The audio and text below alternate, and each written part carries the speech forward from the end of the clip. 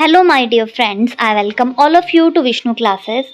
आज हम एमसीक्यूज़ करेंगे एसएसटी से रिगार्डिंग सिविक्स और हिस्ट्री के, ताकि किसी भी एग्ज़ाम में चाहे वो MCQs for example NBS, KVS या मास्टर कैडर में, तो थोड़े पहले हम इजी क्वेश्चन आंसर्स कर रहे हैं, तो धीरे धीरे जो है इसका लेवल भी बढ़ जाएगा। सबसे पहला हम क्वेश्चन कर रहे हैं आज, what is the minimum age to contest for Lok Sabha elections. अगर लोकसभा के इलेक्शन का चुनाव करना है, कंटेस्ट करना है, चुनाव जो हैं वो लड़नी है, तो उसके लिए मिनिमम एज क्या होनी चाहिए। तो उसके लिए मिनिमम एज जो है वो बताई गई है 25 ईयर्स। ठीक है, 25 साल जो है वो मिनिमम एज है। तो इसका आंसर क्या आएगा? 25। नेक्स्ट है, who founded the Indian national Congress. भारतीय जो राष्ट्रीय कांग्रेस थी उसकी स्थापना किसने की थी? तो वो की थी A.O. ह्यूम ने। तो इसका आंसर जो है वो क्या आएगा? A.O. Hume.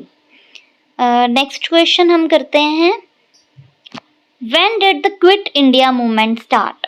Quit India movement जो है वो किसने शुरू की थी? सबसे पहले हमें पता होना चाहिए कि क्विट इंडिया मूवमेंट जो है वो महात्मा गांधी जी ने स्टार्ट की थी। ठीक है, भारत छोड़ो आंदोलन में से ही एक है।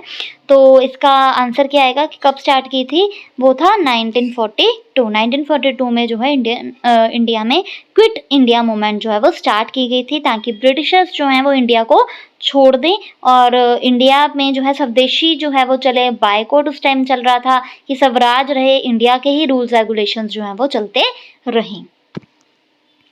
नेक्स्ट क्वेश्चन है, which part of the Indian constitution deals with fundamental rights. अब बहुत सारे जो है हमारे कॉन्स्टिट्यूशन में पार्ट्स हैं, जैसे कि फंडामेंटल राइट्स, फंडामेंटल ड्यूटीज़ हो गया, directive principle of state policies हो गया। तो ये इजी हैं जो कि बार बार पूछ लिए जाते हैं।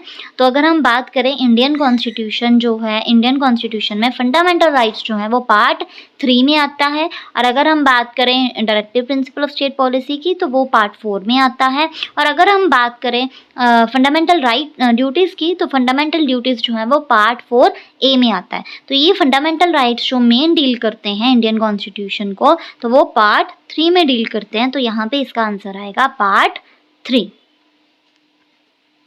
नेक्स्ट क्वेश्चन है, who was the viceroy during the partition of Bengal.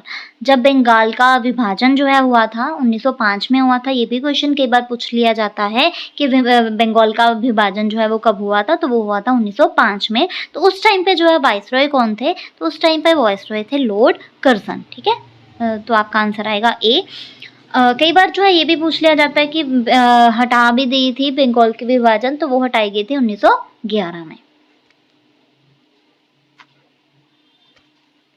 Next question है, in which year was the constitution of India adopted.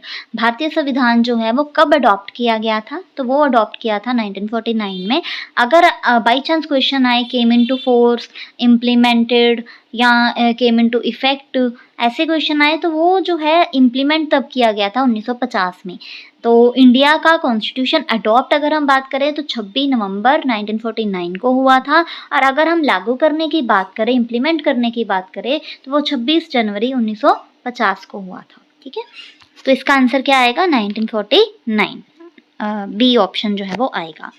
Next है, what does the term secular in the preamble mean. Preamble जो है वो with the people of India से start होता है, जिसमें दिया गया है कि हम अडॉप्ट करते हैं इंडियन कॉन्स्टिट्यूशन को 26 नवंबर 1949 को। तो सेकुलर का मतलब क्या होता है? धर्मनिरपेक्ष, मतलब कि कानून का जो है वो अपना कोई भी धर्म नहीं होता। सभी धर्म जो है उसके लिए समान है। कानून के लिए ऐसा कोई नहीं कि ये हिंदू है, सिख है, क्रिश्चियन है, ईसाई है, उसके लिए हर धर्म जो है वो इक्वल है। हर एक व्यक्ति के साथ जो है उसने क्या करनी है? इक्वालिटी करनी है। तो सेकुलर का यहाँ पे मतलब क्या है कि नो ऑफिशियल रिलीजन, कि जो हमारा कानून है, कानून का कोई भी अपना धर्म नहीं है। तो इसका आंसर क्या आएगा? C। नेक्स्ट क्वेश्चन है, who presides over the joint sitting of both houses of parliament. सबसे पहले पार्लियामेंट में क्या है? एक अपर हाउस होता है और एक लोअर हाउस होता है, राज्यसभा और लोकसभा। तो इसकी जॉइंट सिटिंग जब होती है, उसको कौन प्रिजाइड करता है? Speaker of Lok Sabha. लोकसभा का स्पीकर जो है वो चूज किया जाता है और वो जो है सिटिंग को प्रिजाइड करता है। तो इसका आंसर क्या आएगा? C, speaker of Lok Sabha. Next question है, who was the first women president of India? India की फर्स्ट वुमेन प्रेसिडेंट जो है वो कौन थी? तो वो थी Pratibha Patil. First women president of India is Pratibha Patil. C answer आएगा इसका। नेक्स्ट क्वेश्चन है, what is the full form of PIL in independent judiciary? PIL जो है उसकी फुल फॉर्म बतानी है, तो वो है पब्लिक इंटरेस्ट लिटिगेशन, जिसमें लोगों की इंटरेस्ट, लोगों के हित जो हैं वो देखे जाएं, उसे हम PIL बोलते हैं, पब्लिक इंटरेस्ट लिटिगेशन। तो इसका आंसर क्या आएगा? सी। नेक्स्ट क्वेश्चन है, who introduced the doctrine of lapse in India? Doctrine of lapse जो है वो किसने इंट्रोड्यूस की थी? जैसे आपने सुना होगा कि खूब लड़ी मर्दानी वो थी झांसी वाली रानी, है ना, उस टाइम पे भी क्या था, डॉक्ट्राइन ऑफ लैप्स ही था, जिसमें पुत्र को जो है, अगर कोई किसी ने गोद लिया हो पुत्र, तो उसको राज्य नहीं दिया जाना था। तो इस तरीके से ये जो है डलहौजी ने स्टार्ट की थी। बहुत सारे लोगों के साथ जो है ऐसा ही हुआ था कि जिन्होंने अडॉप्ट किए हुए थे सन, तो जैसे तांत्या टोपे हो गया, रानी लक्ष्मीबाई हो गई। तो doctrine of lapse introduce lord Dalhousie ने की थी। तो इसका आंसर क्या आएगा? सी। नेक्स्ट क्वेश्चन है, how many fundamental duties are listed in the Indian constitution? हमारा फंडामेंटल ड्यूटीज़ अगर हम बात करें तो वो मैंने अभी बताया आपको कि पार्ट 4A में दिया हुआ है। आर्टिकल जो है वो इसके 51A में 11 जो है फंडामेंटल ड्यूटीज़ दी हुई हैं। पहले जो है सिर्फ 10 थी, लास्ट अमेंडमेंट हुई है और उसके बाद जो है 11th फंडामेंटल ड्यूटी जो है वो ऐड कर दी गई है। तो अब हमारे इंडियन कॉन्स्टिट्यूशन में कितनी है? 11 फंडामेंटल ड्यूटीज दी हुई हैं। सो ये 10 नहीं 11 आएगा।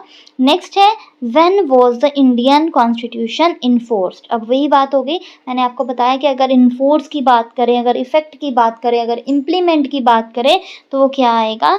26 जनवरी 1950। ठीक है। और अगर अडॉप्ट की बात की गई हो तो वो तब कहाँ क्या आना था? 26 नवंबर 1949। ठीक है। हमारे इंडियन कॉन्स्टिट्यूशन को बनने के लिए जो है बहुत देर लगी थी, 2 साल 11 महीने और 18 दिन जो है वो लगे थे। तो ये भी कई बार क्वेश्चन पूछ लिया जाता है कि इंडियन कॉन्स्टिट्यूशन को बनने के लिए कितने दिन लगे थे। नेक्स्ट क्वेश्चन है, हु गेव द स्लोगन इनकलाब जिंदाबाद? इनकलाब जिंदाबाद का नारा जो है वो किसने लगाया था? वो लगाया था भगत सिंह ने। ठीक है। तो इसका आंसर आएगा ए। तो आज हमने जो है कुछ क्वेश्चन आंसर्स किए हैं SST से रिलेटेड MCQs, ताकि अगर किसी भी गवर्नमेंट एग्जाम्स में आए तो आंसर्स हमें बताओ। So hope you like this. Please like, subscribe and share this channel for more and more videos. Thank you.